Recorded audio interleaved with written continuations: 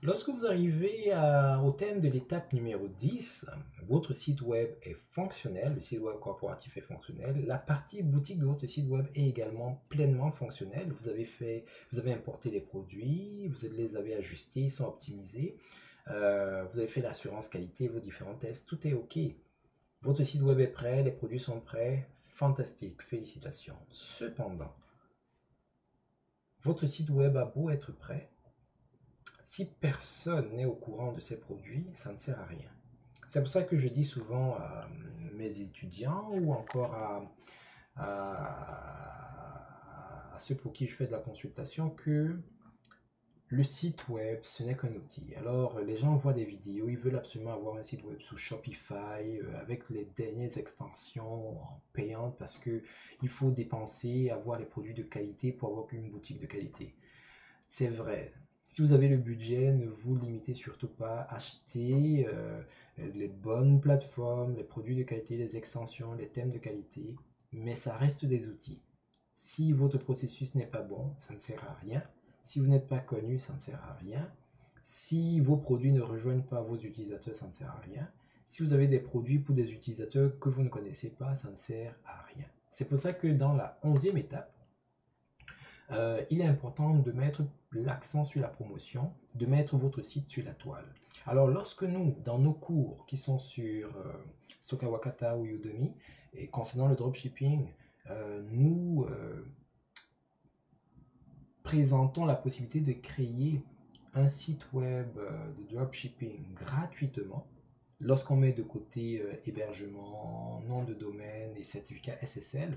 Le but n'est pas vraiment de ne pas dépenser et de de générer de l'argent à partir de rien du tout. C'est possible, mais c'est extrêmement compliqué. Là n'est pas le but. Le but est plutôt de vous permettre de dépenser l'argent que vous avez chèrement acquis dans des choses plus pertinentes. Et en l'occurrence ici, c'est la promotion qui est pertinente. S'il y a un endroit où vous devriez maximiser vos dépenses, ça devrait être à un moment donné dans la promotion. En supposant que vous avez de bons produits, en supposant que tout le reste jusqu'à l'étape 10 ont été faits correctement, l'endroit où il faudrait vraiment booster, c'est éventuellement la promotion. Ok. Si après ça ne marche pas très bien, bon, ben, au moins vous n'aurez pas dépensé trop pour rien dedans, juste la structure, l'infrastructure, le site web, les outils qui ne sont là que pour aider le processus. Alors si le processus est mauvais, l'outil a beau être canon, ça ne servira à rien. Alors qu'est-ce que vous pouvez faire en termes de promotion? Il faudrait déterminer quel genre de publicité vous allez faire. Est-ce qu'elle sera organique ou entre guillemets publicitaire? Organique, ça veut dire que votre plateforme fait la publicité d'elle-même. Bon, j'exagère un peu quand je dis ça.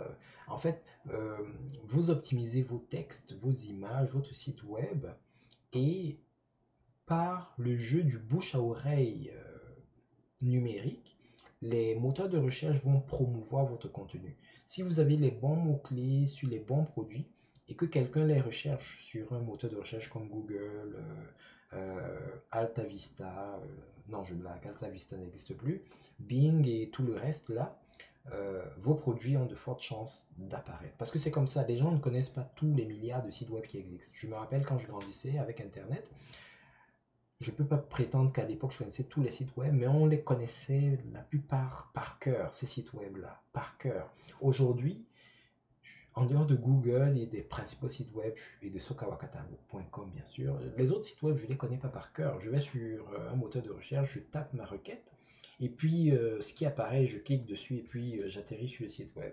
Ok. C'est ce que la plupart des gens font. Donc, si votre contenu est bien référencé, alors il est possible que vous apparaissiez dans les premiers résultats et que les gens accèdent à votre site web. Le problème avec ce qui est organique et ce qui est naturel, c'est que c'est durable, oui, mais c'est que ça prend du temps. Et malheureusement, nous vivons dans une époque où les gens ne veulent plus donner au temps le temps d'être le temps. Donc, si vous voulez accélérer un peu plus ces choses, il va falloir un peu investir. C'est la raison pour laquelle, au lieu de dépenser 30 $ par mois, voire 300 $ par mois pour juste la structure de site web, alors que peut-être ça ne va même pas marcher, autant dépenser en termes de nom de domaine, d'hébergement et de certificat SSL peut-être 100 $ par an. Et le reste d'argent, en supposant que vous avez un budget de 300 $, peut-être les 200 $, vous les consacrez plutôt aux régies publicitaires. Si votre site web est bon, si vos produits sont bons et que vous avez bien identifié vos clients, il y a de fortes chances pour que ces 200 $ que vous avez investis là vous reviennent très bien. Alors que, et puis, si vous n'avez pas bien identifié tous ces éléments, avant de dépenser tous ces 200 $, là, vous allez vous rendre compte que ça ne marche pas, vous allez arrêter. Dans tous les cas, supposons que vous aviez un budget de 300 $, avec 300 $ et une formule en utilisant WordPress, WooCommerce, Ezozy,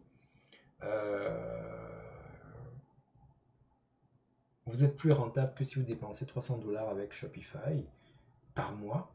Et parce qu'après avoir dépensé ces 300 $, il faudra quand même faire la publicité, on s'entend. Ok. Donc, il faudra déterminer ça.